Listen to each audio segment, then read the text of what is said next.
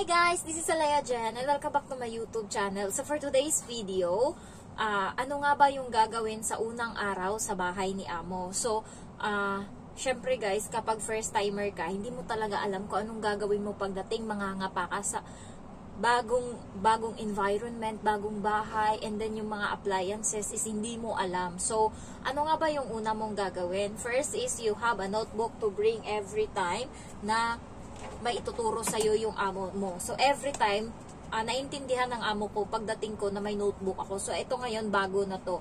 Kasi yung luma kong notebook is tinapon ko na. Ayan, ito ngayon, dati kasi kahit yung mga kulay ng towel is kailangan kong ilista kasi nga baka magkamali ako. Dito sa Hong Kong guys is may mga towel silang nilalagay.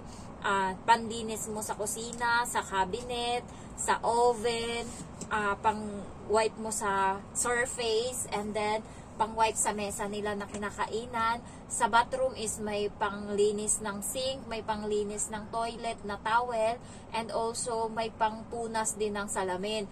And ano pa ba? Maraming towel kaming ginagamit.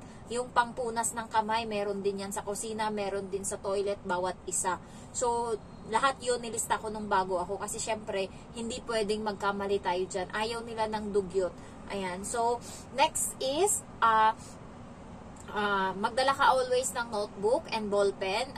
Yan talaga yung pinaka-importante sa lahat kasi nga, anytime, pwede silang magturo sa'yo. So, pagdating mo sa unang araw, hindi ka pwedeng madaliin nila. Alam yun ng amo kasi tuturuan pa talaga kayo. Lalo, alam naman nila, yung iba, alam nila is meron tayong karanasan bilang helper dito sa Pilipinas. Pero may iba na sabihin nila sa'yo, iba kasi yung way nila. So, pag pinabayaan kayo dyan and first timer kayo, tanungin nyo, ma'am, what I do with this one, because in Philippines maybe we have a different way of using this.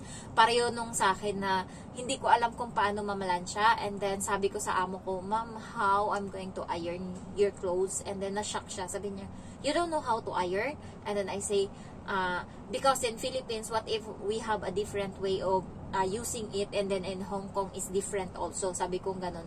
Tapos, tinuro niya sa akin, di ba pag nagpa-plancha, di ba ganun dapat?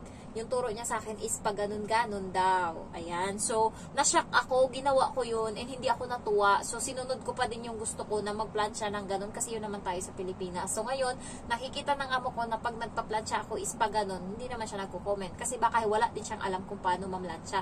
And then, nakasunog nga ako ng gamit, kasi sabi niya sa akin, mamlansya daw ako, i-full ko daw. Ito yun. So, ito, yung plancha. Kaya may sunog to. Ako yung may kagagawa niyan nung unang araw ko. So, ito, may mark yan dyan. Yung cotton is mga 2. So, yung pantalon, pwede kayo 2.5 kasi yung pinaka-maximum is 3. So, wag kayong lumagpas dyan. Yung mga slacks is 2 lang yan or 1.5. May mga level yan, 1 to 3. So, dun kayo sa slacks, nakasunog ako kasi nga, nilagay ko siya sa 3 ata and paglapat slacks agad. And then, nasunog ko din yung namin, yung lagayan namin ng yung patungan nito, yung ganunan, yung patungan ng damit. So, buti ka mo, tinuro sa TESDA na bago mo ilagay ito sa damit ng amo mo, iganon mo muna doon sa parang kabayo ba tawag sa atin doon. Doon mo muna i-testing para in case yun muna yung masunog bago yung damit ng amo mo. Buti ka mo, naalala ko yun. So, nung nangyari yun is, paglapat ko palang ganun, pina-full sa akin ng amo ko. 3. Wala din palang alam sa pagpaplansya. So, pina-full niya sa akin, tapos nilapat ko dun sa kabayo. Nasunog yung kabayo namin, yung namin, yung patunga namin. So, at least hindi yung damit niya, yung nasunog. Kasi, yun talaga yung mangyayari. Buti nga kamo. And then, sabi ko sa kanya, tinanong ko siya, ngayon lang to nasunog. Akala ko kasi nasunog na to dati. Sabi niya, oo, ngayon lang yan nasunog. So, ako pala yung may kasalanan. Hindi ako nag-sorry kasi siya yung nagturo sa akin na gawin yon. And ginawa ko lang yung gusto niya.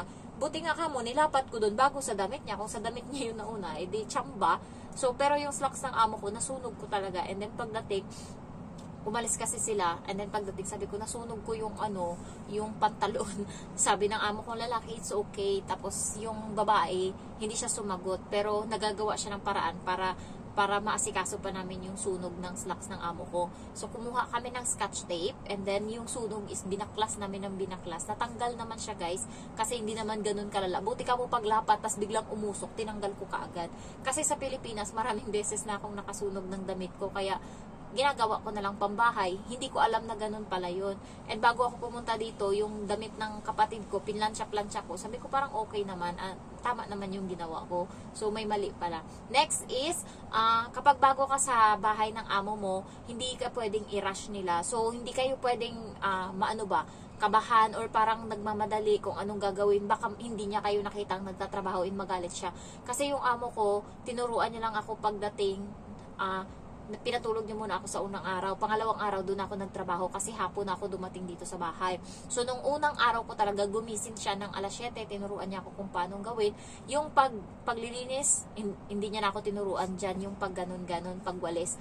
So, tinuro niya lang sa akin kung paano mag-init ng tapos, tinuruan niya ako kung paano magluto ng cereal para sa amo kong lalaki, ganyan. And then, tinuro niya na sa akin ngayon yung mga towel-towel sa CR, ganyan. So, tinuro niya na sa akin yun. Next is, tinuro niya sa akin yung, appliances, kung paano magluto ng bigas. So, nagluto kami ng kanin. And then, nagluto kami ng kung ano-ano pa. First is, nagchika-chika pa kami, nag-aasikaso ng kung ano-ano, mga tinuturo niya, nililista ko muna. So, inaantay niya akong matapos magsulat, and then, magsasalita na naman siya uli. So, ganun yung nangyayari. And naiintindihan yun ng amo nyo, for sure. Kasi, yung amo ko naintindihan niya yun eh. And the next is, gumising na yung alaga kong bata, and then yung amo kong lalaki. So, nahiya ako. Sabi ng amo ko, magplansya ka muna kasi pinagalitan niya yung bata kasi bungad sa akin agad ng bata pagkagising, hindi niya daw ako gusto. So, wala tayong magagawa. Hindi ko alam kung anong reaction ko. Yung amo ko lalaki nakatingin sa akin. Hindi ko alam kung maiiyak ba ako o nahihiya. Pero nanginig ako nung time na yon. And then, pagkatapos hindi nagplansya ako, and then, hindi ako gusto. Parang naano ako. And then, yung amo kong babae, kinakausap niya yung bata sa mesa, pinagsasabihan niya. Tapos ayun, lumapit sa akin yung bata. Sabi niya, I like you, Genevieve. Sabi niya ganun. Tapos pinabayaan na kami ng amo ko, naglaro kami ngayon ng bata. So hindi na muna ako tinuruan. Kasi gising yung alaga ko. So naglaro kami na naglaro, guys. And mahirap siyang laruin kapag bago. Yung alam mo yung hindi ka sanay na laruin kasi iba yung laro nila dito. Kailangan na minsan sasabihan ka na, go away, I don't like you, can you leave me alone? So, ganun sila. Masyasyak ka. And, yun, paghandaan nyo yan emotionally. Kasi, nakakahiya. Siyempre, nandyan yung amo mo, nakikinig, first day mo, and then, pinapalaro ka ngayon sa bata, and biglang sabi ng bata sa'yo, umalis ka dito, hindi kita gusto, or sabi niya, can you leave me alone? And then, syempre, matutulala ka, hindi mo alam kung paano mo lalaruin, and then, nagsasalita sila ng Chinese habang naglalaro. So, wala. Hindi ko alam. And then, ayun, parang umalis ako, and then pumunta ako doon sa isang lugar na hindi ko alam, nataranta ako. And then, ayun, tinuruan na lang ng amo ko kung paano magluto ng tanghalian na pasta. So, pinalinis niya sa akin. First time ko magluto ng pasta, ganun, ibilangin ko daw. Pinilista ko lahat yon. And then, ayun, kumain kami ng tanghalian. Pagkatapos namin kumain, umano na naman yung bata. Pinapalaro na naman sa akin yung bata kasi nga yung amo kong babae pumasok sa kwarto e natulog. So naglaro kami, guys, and nahiya ako kasi gusto kong gumalaw-galaw ba. Hindi tinuro sa akin kung paano linisin yung CR, kung paano linisin yung ganto, kung paano yung linisin yung ganyan. So tinignan ko mag-alas 4 na. Nung time na yun, yung phone ko nandito lang. Hindi ko tinitignan. Mag-isang linggo akong yung cellphone is nandito lang. And hindi ko tinitignan, natakot ako. And nung time na yun, nandyan nga yung mga CCTV. So, nakakailang. And then, laro-laro ako. Tapos biglang natatakot ako baka mamaya kasi magalit yung amo kong babae kasi nga hindi ako nagtrabaho, puro lang ako laro sa bata. So tumigil ako kakalaro. And then nagpunta ako ng CR, naglinis ako doon, turo ng kapatid ko, banlawan ko daw lahat, yung sabiyagan ko ng tubig ba. Hindi pala ganun maglinis dito, punas-punas lang pala ng towel. So ginanon-ganon ko, and then kumatok yung amo ko, sabi, anong ginagawa mo? Kasi nga nagtutunog-tunog sa CR. Sabi ko sa kanya, hindi na siya nagcha-charge.